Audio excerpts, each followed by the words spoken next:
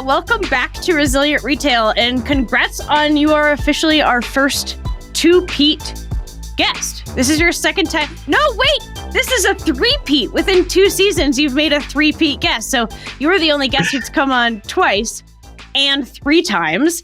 So I'm so glad to have you back. Last time we sat down for a chat, which was kind of in the fall of 2020, we were in the midst of some of the absolute biggest pivots happening in the retail industry. Since those times, since that conversation, how have you seen the industry adjusting and evolving kind of in this, I don't know if it's another new normal or more just kind of understanding what this quote new world looks like? Yeah, well, firstly, thank you for having me back, Kristen. As you say, 3rd time. What a privilege. So thank you. I think the last few months has it's been real testament to the title of this podcast, like Resilient Retail. We are seeing resilience in action more so than ever.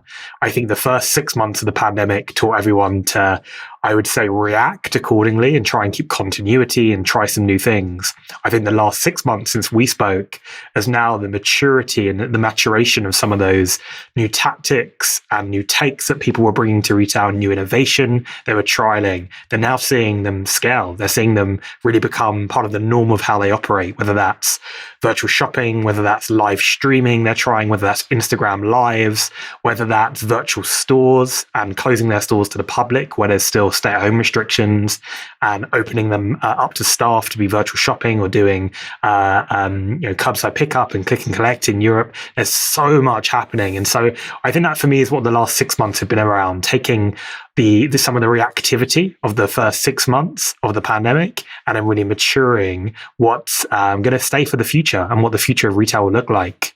What was kind of the quote unquote old role of a store associate or the pre-COVID role of a store associate? How would you define kind of what that looked like? Yeah, of course. The main role was, and it should have always been, to help the customer. And so for so many brands who perhaps not as customer centric as they could have been, they spent too much time kind of merchandising, or they didn't have enough staff available to help the customer because they were cutting staff costs. But for me, the main job of a store associate is to be knowledgeable, an expert in what they're selling, and to guide that shopper to have a great experience and eventually that ultimately drives the sales. And it's as simple as that. But for too long, physical retail has been it's been inefficient. It's been underutilized. You've had these store associates who are standing there waiting for customers to come in, whilst at the same time, there's all these shoppers who are on the website who need their help. And they just weren't bridging the gap. They weren't putting 2 and 2 together to connect the dots between online and offline, which again is what Hero helps our partners do, to connect those dots. And when that customer needs that help, the same way they would in person, allow them to tap the button on the site and connect live via chat or video call, and give them that same experience that they would have if they're browsing in person. And so if we think about the future role of the store associate, and again, I would say the evolution of the role has really accelerated over the past year. It's to bring that same expertise, but actually to double down, but to do it digitally as well as in store, as well as in person. Give them the tools to meet those customers online, to converse with them, to guide them right through to add something to their cart and ultimately drive their sales. And that introduces a whole new earning model and earning opportunities for those store associates, because they're now part of the growth of e-commerce as opposed to siloed from it. And increasingly, what I'm really excited about, I think we touched upon this very briefly on our last episode together, Kristen, was around the role of video and how you can tap into those store associates to create content the same way that we consume content on Instagram stories or on TikTok or on Snapchat. These associates, they're digitally savvy and they know the product. So unleash them further, allow them to create short, shoppable, short form video clips that can appear on the merchant storefront, that can be shopped, and again, can give associates to credit and essentially bring that same element of discovery and visual discovery you would have in a physical store and bring that to e-commerce. Yeah, I mean, it just reminds me so much of, shopping experiences that are really great versus shopping experiences that I remember being not so great.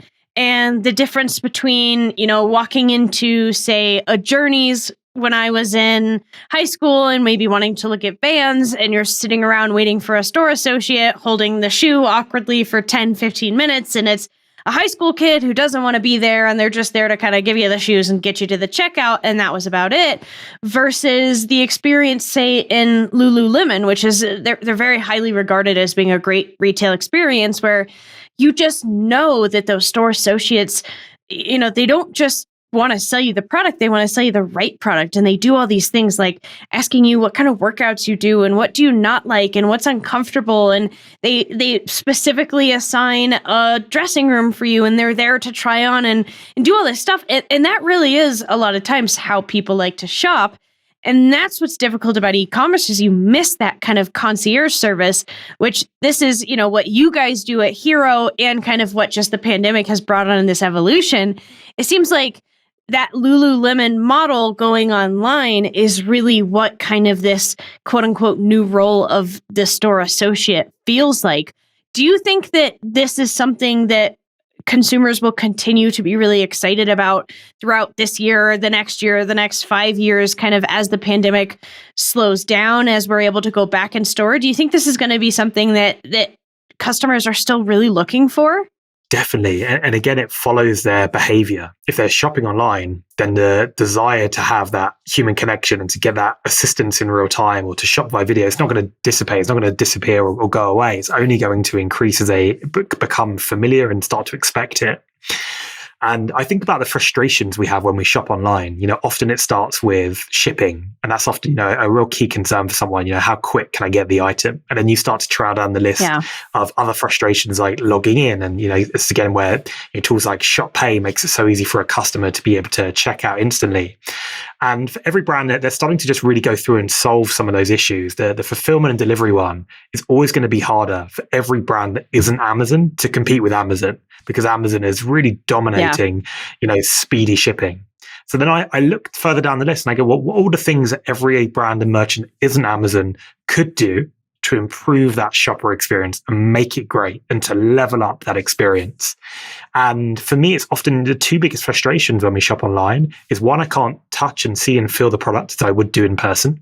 So if I can now watch shoppable videos that bring those products to life, that show me the fit or show me the size or demonstrate the bestsellers or the new collections. And then the second frustration is obviously I just want to ask someone for help. I just want to know, is this going to be in my size? How does this size come up? Yeah. Or what's the fabric on that sofa like? Or in beauty, we see, how does that shade match my skin tone? Like really simple questions that need like often a 2 or 3 minute response or conversation with an expert, and you'll get your answer quick and you'll add straight to your cart. And that's always going to be needed. Then nothing can replace that. Even a bot can't replace that desire to help that shopper and give them the information they need. And so you have to invest there as a brand. And importantly, when you do that, it gives you your human edge. And your human edge is your competitive edge. It's what sets you apart from Amazon. I always talk about, Amazon is great for buying, but terrible for shopping. And so for every other brand in the world, they need to make their shopping brilliant. Invest there. Yeah, because that's really it's the difference in the experience between basic e-commerce and offline commerce where you walk into a store is it's the human connections, the three-dimensional experience, the smells, the sights, the sounds. So as much as you can bring that online, the better. And there really is no better way to do it than rich imagery and video. And I think a lot of times when we kind of throw around the term virtual shopping, your mind can immediately go to things like live chat and like this kind of back and forth conversation. But like you're saying, it really does go way beyond that. And now we're seeing retailers do things like live streams and social commerce and virtual consultations and virtual sizing and all of this other stuff. I mean, ultimately, this comes down to, I think, what is coming out of this is the in-store content is actually becoming its own possible medium, its own channel for customers. Even if, like you said, you're in a full closure and you're locked down, that store is still a medium of interacting with your customers because you have these store associates doing these videos. Can you explain a little bit more about why the video and imagery works so well for these companies that you're working with? Yeah. I have one very simple response, and it's authenticity. And if it's one thing that every consumer is looking for today, it's something authentic. They don't necessarily just want the glossy experience. And e-commerce has tried to be very glossy. It tried to, brands invest a lot of money in beautiful imagery and photography and videos, and that definitely serves a purpose. But you have to be able to augment that with something that feels more authentic and more familiar to what we as consumers and as people are seeing on social media and on Instagram and TikTok, and in particular visual social media, because that's how we're used to consuming things we see. We don't necessarily want the gloss now. We want things that feel really authentic. And so for me, I love going on and seeing these shoppable stories. This is the feature that we announced. I think we announced it exclusively on the last podcast episode we did, Kristin. And so this is now being used by a number of our merchants. And anyone can check this out. Head to faritybrand.com. This is a brilliant Shopify and Hero merchant. And you can head to faritybrand.com and you can see Hero spinning in the bottom right. And you can just watch these videos that have been authentically shot by the associates. You can watch them, you can then shop them. And if you want to start a chat or a video call, you can do that as well.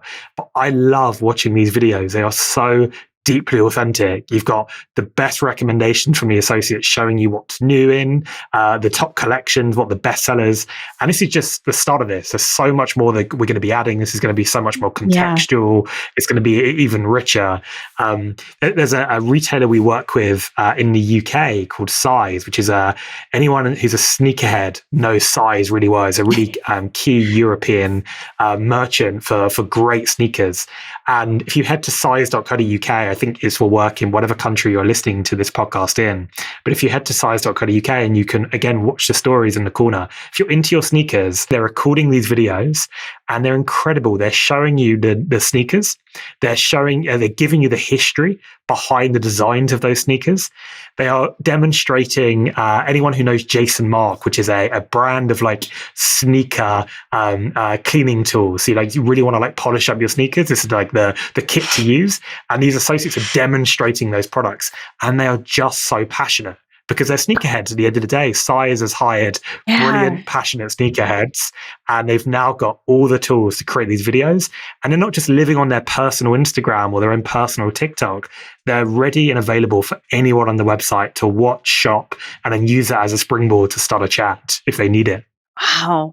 Yeah. I mean, what's so amazing about it is you can almost, we know the power of stories in social media. I mean, almost every single social media platform has now, created their own version of stories. I don't know if you guys remember LinkedIn trying to play that game, and all of us were like, no, LinkedIn, leave us alone.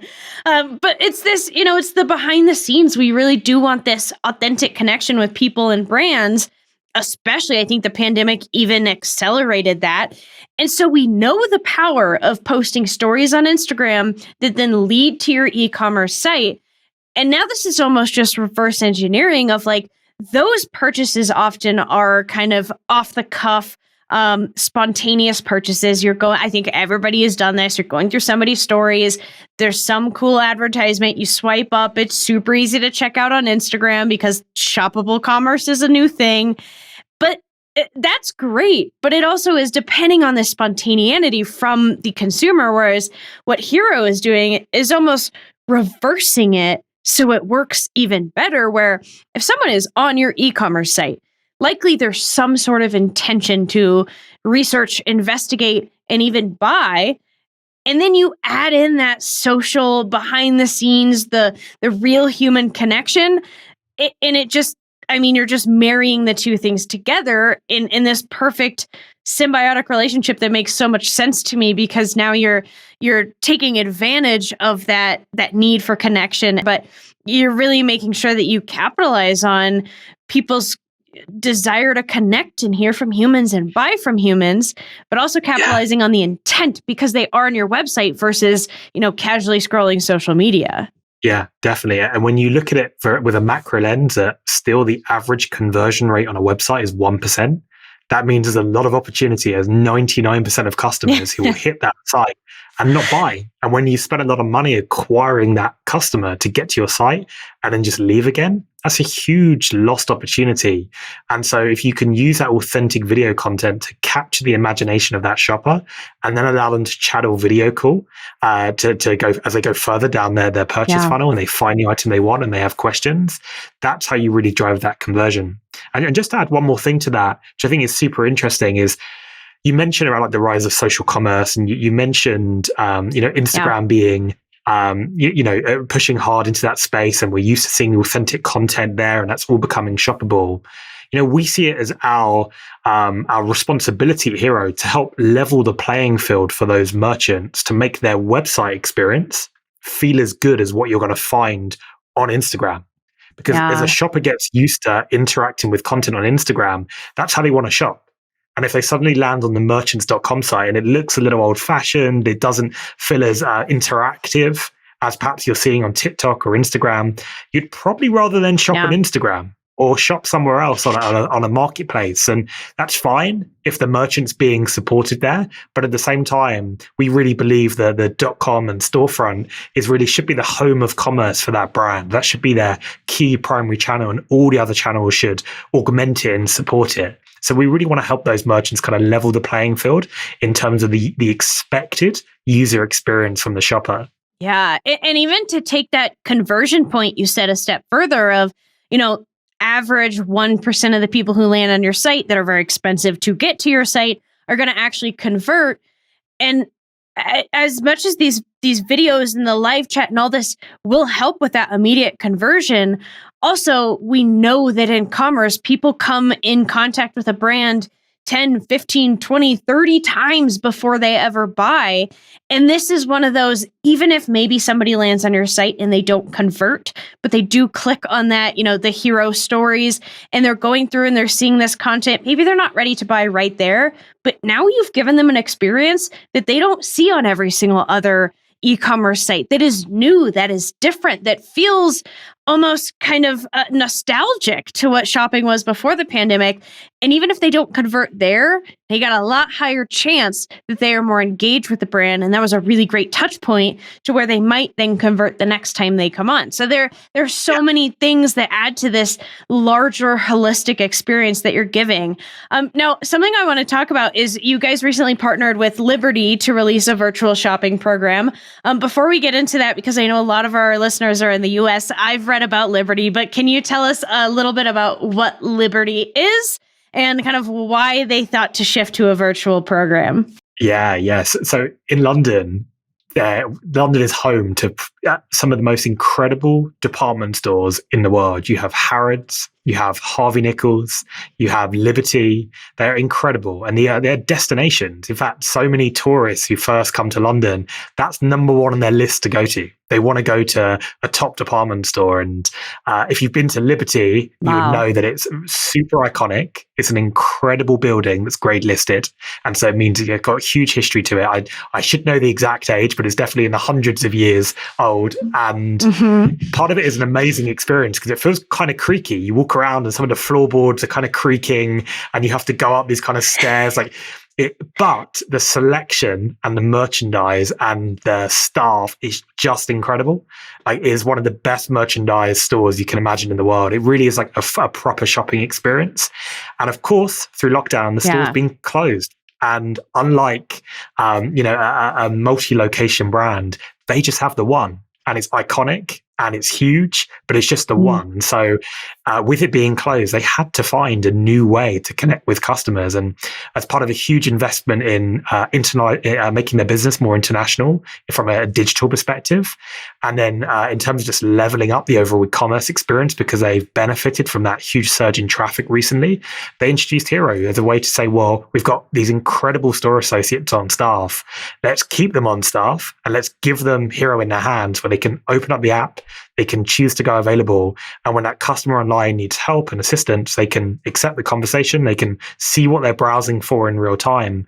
And then they can chat. They can recommend items. They can drop product recommendations into the chat. They can video call if they wish. They can record videos of items that showcase it, as we say, in that really super authentic way.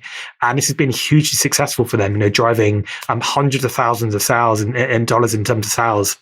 over the first few weeks, doing this across departments. And that's really unique from a department store perspective, making sure that Hero is in the hands of all of the associates. So whichever product you're browsing on the website, you can have an expert and an associate there and available to help you.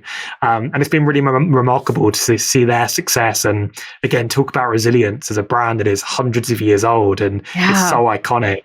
Coming into the 21st century with a bang and doing it with Hero has been really, really proud to see from my perspective. Yeah, and even just hearing you talk about the in-store experience there, the creaky floorboards, and you feel the history that you're in there, and that's what's so powerful about brick and mortar retail is that visceral, every sense is kind of involved in the shopping experience, and you really do miss that on e-commerce. It's pretty much a single sensory, it's what you see, is what's happening on e-commerce. And so it seems like this is such a natural way for a brand that has such an iconic, visceral feel to be able to bring that online. I actually have a stat that I want to share.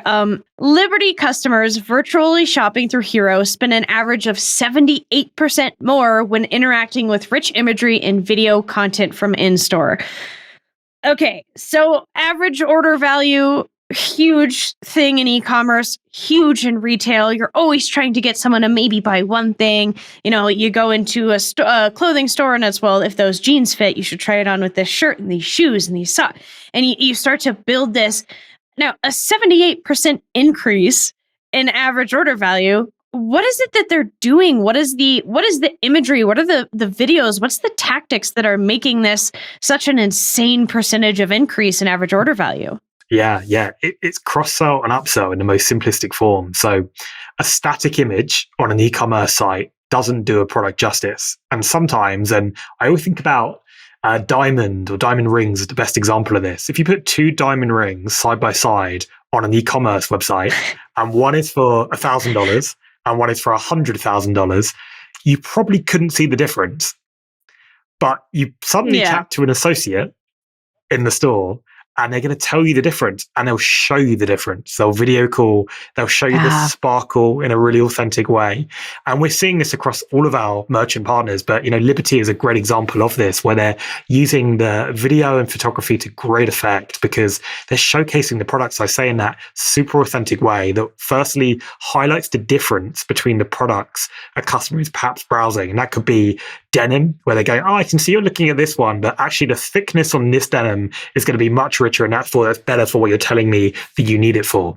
And because actually the associate can see what the shopper is browsing for in real time, they can actually follow the items they're viewing and recommending and what they're adding to their cart. It means it's super personal. It's not like, I'm just going to recommend you random things. They're like, hey, I can see you looking at this item. Yeah. Let me show you what I think might be a better version for you. And then they go a step further and they go, but also let me show you this that will go perfectly with it.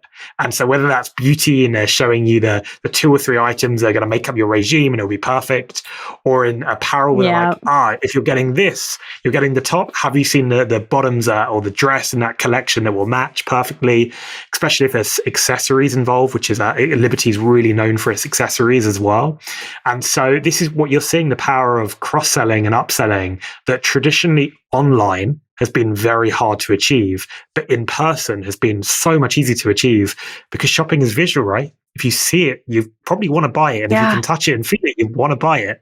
And so trying to make that virtual and bring that to e-commerce, is at the core of what we're trying to solve and achieve for our merchants and for the shoppers that use Hero.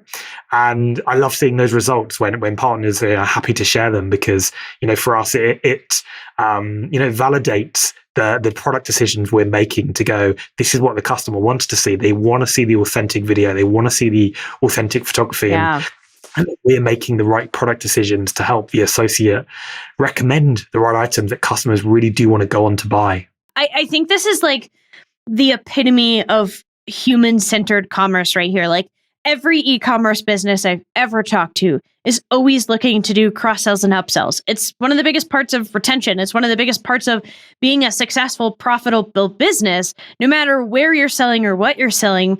The thing with e-commerce alone in upselling is a lot of times the upsell offers are based on data. And data is great because it tells you, most customers who bought this also buy this. but I'm not most customers. I'm Kristen LaFrance and I'm buying a certain way. Whereas upsells in person with a human, it's based on what does this human think I need to buy as well? And how does that help me accomplish my goal that I told this human being? And that is just something that, as much as data is helpful and incredibly world changing for commerce, it can't fulfill every single need. And that personalization of the upsell obviously turns into much higher value and much more confident purchasing. So it's not just, oh, I bought the upsell because there was a button that was close and they say most people buy it, and now I'm kind of weary about it. There's also this level of confidence in that purchase of, well, I just spent 20 minutes with this person who then, because they know every single product they have in this store, they've told me that this is going to be better. And now if you can even like draw it down the line, now when I get the product, thinking about a return is not really in my process. I'm pretty confident that I'm going to like this when it shows up. If it's a return, it's likely because of like a sizing issue versus a product issue. And that's, I mean, it's just this like massive holistic thing that one touch point can impact so much further along with a customer journey. And these shoppers are engaged. They are sitting there in these chats and they want the recommendations. They actively want to hear from that associate to go, hey, what do you recommend? What would go well with this? Or in beauty, it's the best scenarios ever where actually the customer can share their own photos, or they can have a two-way video call. And when they start showing, we see this all the time and hear this from shoppers, they show their skin up close and they let that associate into their world. It becomes quite personal. It's like, oh, here's my makeup I use. Actually, I'm suffering from acne right now. What would you recommend? Let me show you. And having that level of closeness is really key. But so many merchants think, oh, we can't do this. It's not scalable, or we don't have the staff, or we don't have the price point to justify it. And actually, it's not the reality. And I use beauty as a prime example, where often the average order value it could be like $30 or $40. You're not talking, hundreds of dollars or thousands of dollars as an average order value. Mm-hmm. But these conversations only need to be 2 or 3 minutes. They're not, huge conversations. That means you can have 1 or 2 associates, whether they're in a store or they're working from home, it doesn't matter. They could be doing hundreds of chats and video calls a day, and it makes the biggest difference. You start to really convert so many more shoppers. And if I think about, Credo Beauty, one of our longtime beauty partners, and also another fantastic Shopify merchant, and they have a 27% conversion rate with Hero. That means more than 1 in 4 customers will convert when they tap the Hero button to chat with an associate. That's remarkable. 27%. In fact, it's just over. It's like 27.5%. And their site-wide conversion, a lot lower than that. Of course, more average, 1 to 2%. And so when you tap the button, you can connect with an associate and you speak for 2 or 3 minutes. It's quite remarkable, the uplift you can see, because again, it all comes down to one thing, and that's shopper confidence. Give them the confidence to buy. Yeah. And I mean, those numbers they speak for themselves. And it just goes to show, and I'm sure there's people that feel like, I don't have time for this, but there are so many benefits to this. And like, to even take it a step further, all of these conversations that you have documented between your store associates and customers now, it's just a constant influx of qualitative information about your customers, what questions they ask, what they care about, what they're unsure about. And then that allows you to start doing things on your website elsewhere. Okay, if most customers ask, what does this shoe look like in sunlight versus in the store where all your pictures are taken? Okay, now you can add a picture of that shoe outside, and you're actually going to lower the customer support, the people coming into Hero. So it really it creates this kind of flywheel effect where everything is benefiting on each other, it's why I love it so much. It's why you're our first three-peat guest here, Adam. I have to ask, do you think that obviously this was a trend that was kind of happening before the pandemic? I think that we both agree that the pandemic really accelerated it. We were headed this way. If anything, it's almost a full circle back to like what original shopping in a marketplace is supposed to be about is, people trading goods and services for the needs of the people versus just for profitability and, getting a feature on some nice site that you can put on your PR page. But do you think that that this has fundamentally changed the industry of retail as a whole? And even beyond that, has it changed what the potential of retail as a career path is for somebody? Yeah, definitely. I think the first thing that something like Hero does is truly deliver on the promise of omnichannel or the convergence of online and offline or O2O, however you think about, the bringing together of online and offline retail. Hero is like the easiest way to do it in some ways because it truly does bridge the gap. And that's not going anywhere. That trend is here to stay for the long term because the customer at the end of the day doesn't see the channel. They just want to buy an item. And it could be they start in store, buy online, they start online, end up in store. It doesn't matter. They just want to be able to shop in the most convenient way for them. And of course, increasingly that's online. And so that's not going to go anywhere in my opinion. And I think we're just at the start of what I think and consider conceptually as the third wave of retail. And the first was the traditional physical retail experience of the 20th century that we all knew. And that was, whether going into a Macy's or going into a store somewhere, that's what we knew. It's what we kind of, of our age, Chris, and that's what we grew up on, right? Walking into stores and shopping in that way. Yeah. And then the last 20 years have really been the what I consider the birth of like transactional e-commerce. It's Amazon dominated in the US in particular. And now the last few years, merchants are rising up and coming together to really be able to take on Amazon in particular. But it's been very transactional. It's all about selection. It's all about price. It's all about speed of delivery. I think the third era we're now at the very start of is what I consider, and perhaps it's not the best way to term it, but it's like interactive commerce. And that could be social commerce. It could be virtual consultations. It could be live streaming and mirroring what's happening in China there. But we're just at the start of it. But for me, what that is bringing the best of phase one and phase two together into something that brings the two together to create something even better than it ever was on either channel. You still benefit from the convenience of e-commerce, but you benefit from the experience of physical retail and bring the two together in a really exciting and more engaging and more fun way for the shopper that, is in turn only going to drive more merchant growth. So I think we're at the early stages of this, honestly, and I'm really excited to see where it will go over the next few years, and of course the role that Hero will play in helping define it. It makes me so excited, and I love the layout of those three waves, and it makes it so clear to see the changes and how this third wave, while it came earlier than maybe we were all expecting, it was coming no matter what. And I think you agree with me on this one, that I feel very strongly that this is so far probably the best wave of retail that we're entering. As much as it's been a devastating year, it's also very exciting because it's opened up opportunities for commerce to become more human again, for us as human beings to connect with each other and learn and sell and grow together. And as I feel like now I'm getting all philosophical, but it just, to me, that's the best of commerce. It's why we have it, is to move societies along. And you don't do that on price and convenience. You do it on real connection. So I got to ask, because like you mentioned, we're at the break of this third wave. So what is your, there's going to be all sorts of crazy things coming out of this wave, all sorts of businesses doing new things. What is your kind of wild, craziest, or most exciting prediction for retail in 2021? I'm going to give you a cliche response, Chris, and say everything we've just spoke about. But I think the reality is e-commerce isn't going to slow down, and therefore everything is going to follow that. And it's all going to be around how do you maximize digital growth? How do you maximize the customers that are now landing on your site? How do you better convert them? How do you better acquire them? And importantly, we didn't really touch on this, but how do you stay in touch with them? I think that's the one thing that every brand is now recognizing more than ever, that actually let's not spam email our customers. They bought something once and let's send them a generic email for the rest of eternity.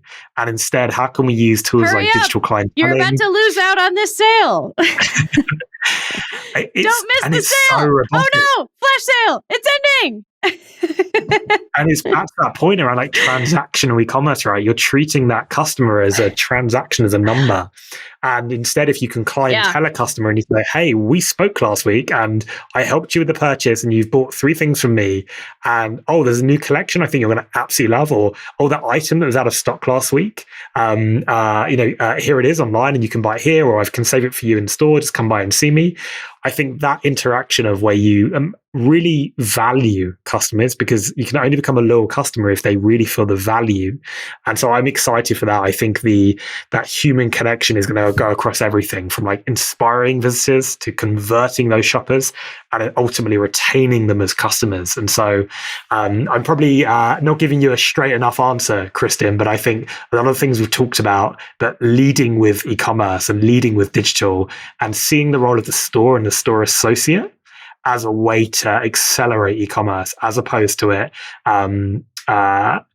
keeping them in silo or seeing them as cannibalizing each other. I think that era of that siloed nature of retail has gone and it will never return. And thank goodness that it will never return. I think this was a perfect answer, because I think it makes me think of almost like the Cheers theme song where everybody knows your name, or what Harley and I talked about in season 1, that moment where you walk in and someone says, "Oh, Kristen, the usual."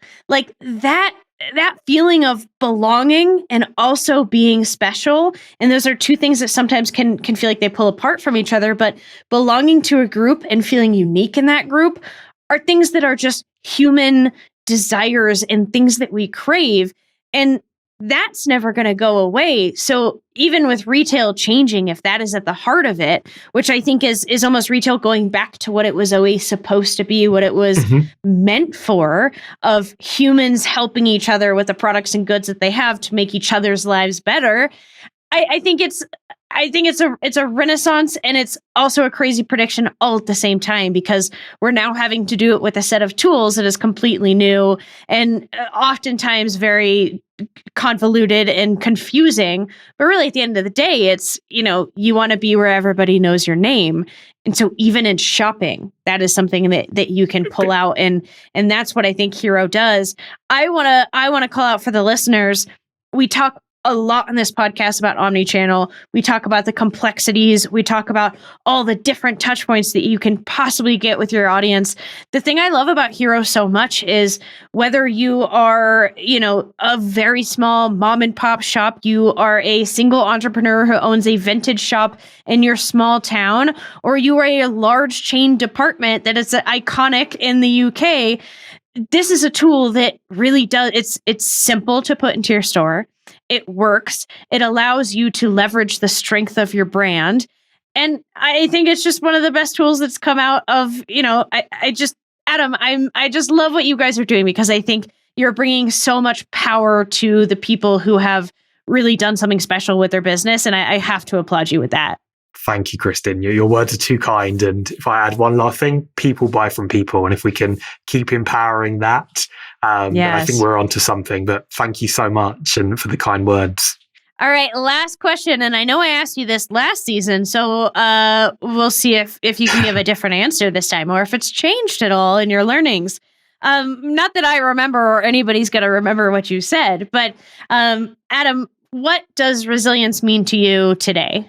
I can't remember what I said last time, Kristen. So I'm either going to be repeating myself verbatim and accidentally, or I have a really compelling answer. I think for me, it's always about experimentation. Like, life doesn't stop, and the old adage of, change is the only constant. And therefore, resilience for me is always around believing that the future will be better than the past. I, in fact, heard someone a few years ago say, you're only old as an individual if you believe the past is better than the future. And actually, to remain young at heart is to believe that the future will be better than the past. And therefore, I'm an optimist. Wow. Naturally, you can probably tell. But I took that away as being something very powerful, and a way that I look at all things. And therefore, the only change will come is going to be more technology driven one, whether we think that's a good thing or a bad thing. But it's about embracing that, and it's about being more creative with the tools that are available to us and the technologies that are available to us. And therefore, me, that's what resilience is: believing in a better future and being part of helping to create that. And whether that's for your own business, whether that's with the company you work for, just taking those risks and not being risk averse because you truly believe the future will be better than the past way of doing things. For me, that's resilience. Wow. I don't think that is what you said last season, because I don't remember you saying that. But that doesn't mean anything, though, because I'm pretty forgetful. But I mean, it's just such a good message, not just about commerce, but about life. And especially right now, I feel like it's so timely, as a lot of us have really come to terms with this pandemic. We've been in lockdown for just about a year. I think when this comes out, we will have been in over a year for a lockdown. And so we've all had to really accept and almost mourn kind of the old normal and the way things were. And to be able to shift and go from mourning to, but the future is going to be better than the past ever was, I think is how we all continue to move forward out of this pandemic, out of everything that's happened in the last year, out of anything that's happened in your personal life as an entrepreneur. So Adam, thank you so much for coming back. I am so glad to have welcomed you back for season 2. I think you now officially have a spot for every season. So congrats on being the first three-peat. Thank you so much, Kristen, for having me back on. What a pleasure. Always a pleasure. Thank you so much.